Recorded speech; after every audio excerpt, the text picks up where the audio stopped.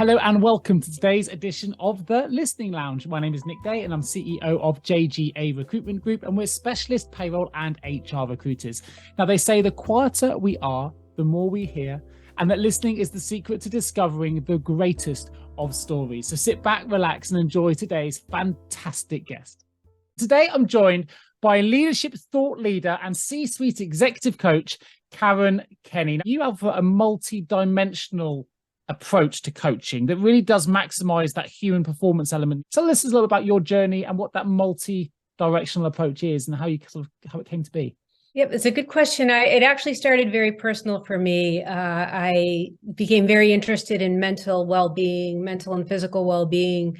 Years ago, I was married to a great man who struggled with increasingly debilitating mental illness. He was a top leader in an organization, a dad, father of two daughters, struggled with this mental illness that ultimately, cost him his life through an inability to take care of himself physically, mentally, emotionally. And there was just little resources available then to support people who were struggling. You might go see a therapist or a physician, once a month for 5 minutes. So my first journey into this space was in a startup for creating the first digital health coaching programs for people with mental health and behavioral health challenges.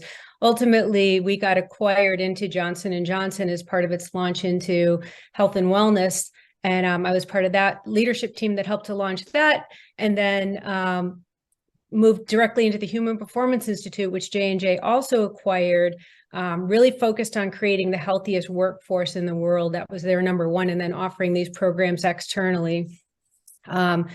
Back about a little over 2 years ago, J&J closed the commercial part of that business. So it was just serving its internal employees. And that's when I started Evolve Leadership with many of the same coaches, with the two co-founders of the Human Performance Institute, so we could continue to provide this training externally. But it was kind of a combination of understanding the impact of mental health and well-being on performance for leaders and actually entire organizations for all of us. And actually, although we hear a lot of this, mental health now is much more in the public domain than it used to be. More people are talking about it, but still nowhere near enough people. There's still a stigma, attached to mental health.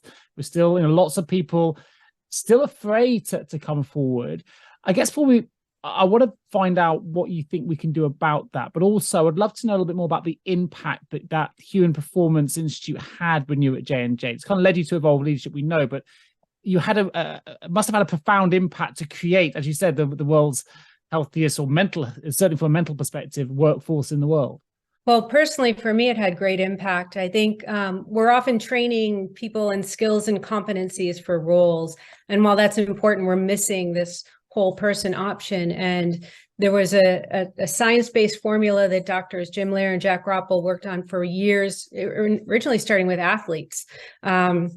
Training some of the top athletes in the world, and you think of top tennis players, yet they never picked up a racket or a piece of equipment, but training them in the mental game and the emotional game and the physical. So how do you prepare yourselves? We are, as human beings, we have these interconnected dimensions of who we are, and well-being and performance is inextricably linked. And if you don't focus on who you are, all aspects of that, you're not going to perform long-term. You might make it into a role, especially a top role, but you won't be able to sustain it. But foundation to all of that is personal purpose. So all of our training, whether it's one-on-one coaching or team-on-one coaching or workshops, and everything out of the Human Performance Institute originated with purpose, and that was personal purpose. And so now it's becoming more of a mainstream idea, which is great. But if you don't get your why correct and then build capacity around that, build your life, your work, your, everything, the way you engage with others, you're not going to be able to sustain it. So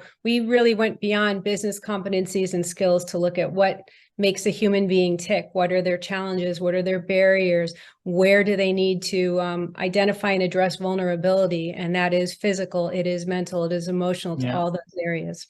I love the fact you mentioned the tennis thing, only because one of my favorite books, and I know it's a little bit old school now in some of the language used, but Tim Galloway's In a Game of Tennis, which really talks about the psychology of tennis, which is as you say, it's not just about the ability to swing a racket. It's the inner game we play inside our heads and that inner voice. And it can be challenging and never more challenging, arguably, now for CEOs. In this new world of work, it's complex, it's unpredictable. So in your experience of working with CEOs, what will it take for the next wave of CEOs coming through to be able to navigate what is a very challenging and unpredictable environment? I think the key thing is they have to be more agile. They have to be willing to take risks. There's no playbook.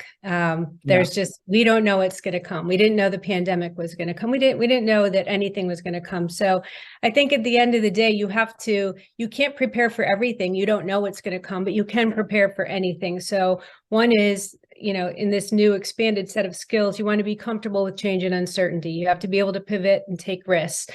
If you are not,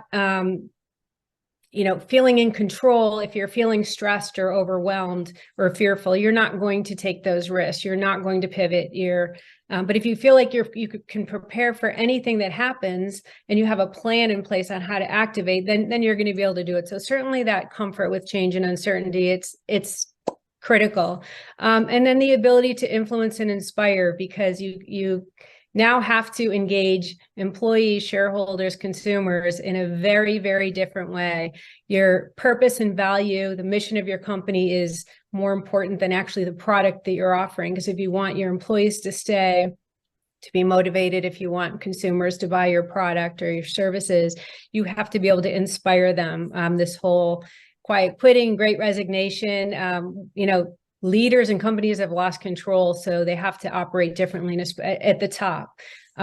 This human connection, empathy, those types of values are really important for CEOs. They can't sit back in a room and just operate and, run and manage operations. They're being scrutinized. So people have to believe in them as individuals and their purpose and their values. They have to be credible and character driven.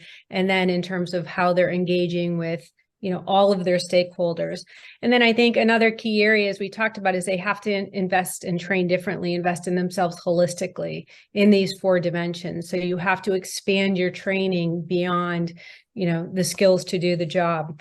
And this idea, we just talked about tennis of recovery is critical for everyone, but you talk about how challenging it is at the top of the organization. We need to recover and oscillate in a different way. It's not about that weekend or that vacation.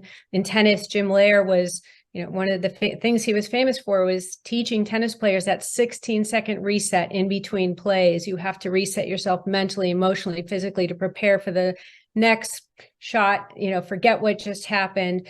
Bring down your heart rate, all those types of things. As leaders, we need to be able to quickly recover in all those dimensions, because you're just constantly getting hit with the next thing. And you can't afford to make one mistake, say one thing that's going to be negative or work against you, because the entire world is watching you. Something that resonates with me when you mentioned about recovery. Massive believer in recovery. For those that know me, I'm a big sports nut anyway. But I always think, if we think about the Formula One, the races are won in the pits. And that's the one time the car gets to recover. And we're running the fastest cars in the world in the Formula One Grand Prix, but actually you get that pit stop wrong, or you don't take a pit stop, the car doesn't make it to the end of the race. And it's the same in the world of work, right? So I couldn't agree more on the recovery side. One thing that hit me though, when you gave that response, and because I know that your approach is very holistic in the way that you do things, and we're talking about the new wave of leaders need to be inspirational, they need to be empathetic, there needs to be lots of them. We're layering a level of pressure there. There might be a CEO listening to this, or an HR leader that's going, well, I need to be inspirational, I need to be empathetic. But it's a bit like if I say to a comedian, be funny, suddenly they can't be funny. It's really difficult. So where do we start that? We know we want to be inspirational. We know we need to be inspirational. We know we want to be empathetic. We need to be empathetic. But how do we, without taking that on as an additional kind of pressure that weighs us down, knowing we need to be these things, where do we start that journey? How do we start to navigate some of that? I think, to me, it's very simple, and it is connecting with your personal purpose. So I'm listening to you right now. You're very energized. You clearly love your work. You're passionate about it. You know your work, but you're doing something, I believe, that you love. Are you doing this for the money, or are you doing this? Oh, no, it's not for profit. So it's definitely for what I love. I love learning, and I love meeting inspirational people like yourself that change my perspective and make me think, and listening to your responses is getting my brain and my neurons firing. And yeah, so I love it. It's definitely a passion thing for me. So you're inspirational. You're inspirational to me. You're inspirational to your listeners. And in the same way, if you think about a CEO, and again, if you think about in the past, often people are training for achievement. This happened in sports, right? They would try to get to the top of their game. They'd try to be number one. By the way, once you get to be number one, you still have to continue to train to maintain that position. In the world of business, you train, and if their goal is to become CEO, then they've hit that goal, but then oftentimes they feel lonely and lost and unfulfilled because their end game was achievement. I want to get this role or this amount of money. So their why, versus think of a leader who says, I want to do this because I want to have an impact on others. First of all, I want to be a great dad, influence my kids, show them that they can achieve anything they want as long as it's something that has meaning to them.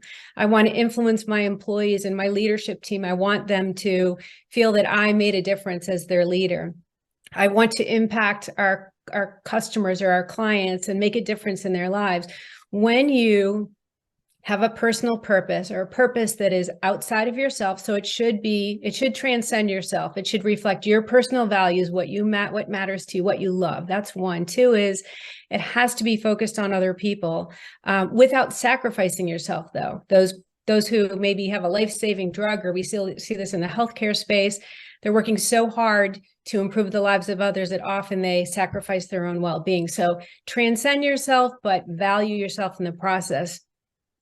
Yes, you can have great public speaking skills or not, or presentation skills. There's training for that. But truly the way to inspire is if you believe in what you're doing, if what you're doing is to impact others.